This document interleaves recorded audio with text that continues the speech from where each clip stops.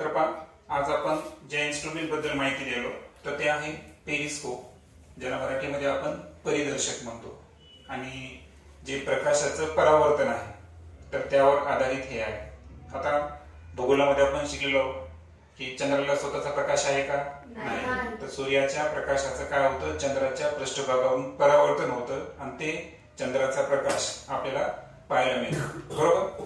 आणि त्यानंतर आता हे जे पेरिस्कोप बद्दल मी आज माहिती सांगितलो तर याचं एक रचना अगोदर आपण समजून घेऊ. या रचनेमध्ये जर पाहिलं तुम्ही तर इकडे एक लेन्स आहे आणि इकडे एक लेन्स आहे. म्हणजे एकूण किती लेन्सचा उपयोग केला आहे यामध्ये? 2 लेन्सचा या ठिकाणी वापर केलेला आहे.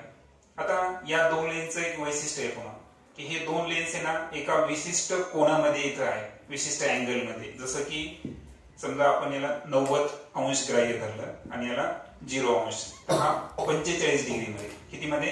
45 म्हणजे 45 डिग्री अँगल मध्ये याला प्लेस करावं लागतं.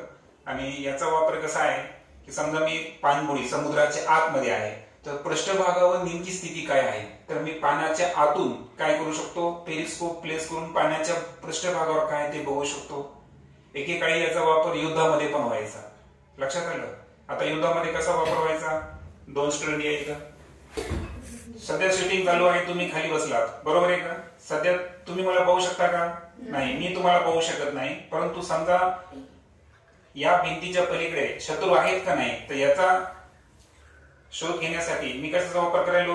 पेरिस्कोपचा. आणि आता पहा, पेरिस्कोप मध्ये मी आता अशा पद्धतीनं जे अँगल आहे ते मेंटेन केलंय की या ठिकाणी जे शूटिंग घेत आहे तर त्या विद्यार्थीला मी सध्या पाहू शकतो. आलं लक्षात? म्हणजे आता इथं काय झालं बरं की भिंतीच्या पलीकडे, ठीक आहे, प्लेस करू आपण याला. तर लक्षात आलं तुम्हाला की मी दिसत होतो का तुम्हाला? नाही. आणि ऍक्च्युअल मी पेरिस्कोपच्या मदतीनं जे मला दिसत नव्हतं ते मी पाहणं या ठिकाणी काय आहे, शक्य आहे. आता हा पेरिस्कोप फार झालं तर तुम्हाला माहित आहे की 30 सेंटीमीटरचा असेल, पण याची लांबी जर आपण 1 फुटापर्यंत केली, 2 फुटापर्यंत केली तर आपण काय करू शकतो, समजा तुम्ही एखाद्या भिंतीच्या पाठीमागात, बरोबर आहे का?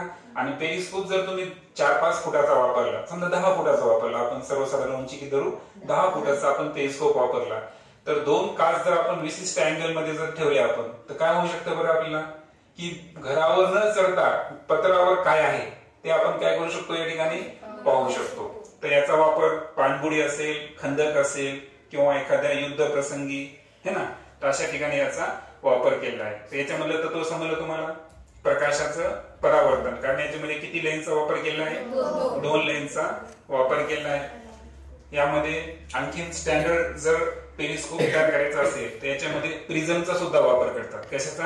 प्रिझमचा. कारण प्रिझम तुम्हाला माहित आहे की प्रकाशामध्ये 7 रंग असतात आणि त्या 7 रंगाला जर बघायचं असेल तर आपण कशाचा वापर करतो? प्रिझमचा. तर त्या प्रिझमचा सुद्धा या ठिकाणी स्टँडर्ड पेरिस्कोप मध्ये वापर केलेला असतो. मग हे परिदर्शक जे आहे, लक्षात आलं तुम्हाला की यामध्ये तत्व कोणतं वापरलं आपण? प्रकाशाचं परावर्तन. एकूण किती लेन्सचा वापर केला? 2 लेन्सचा वापर केला. आणि जशी आपली अडचण आहे, जसं की मी तुम्हाला म्हणलो की तुम्ही समुद्रामध्ये पोहायला, समजा पाण्याच्या आतमध्ये आहे, पृष्ठभागावर काय आहे हे बघण्यासाठी जर तुम्ही पेरिस्कोप जर प्लेस केला तर पृष्ठभागावर काय चालू आहे हे तुम्ही इथं पाहू शकता. अशा पद्धतीची रचना पेरिस्कोपची.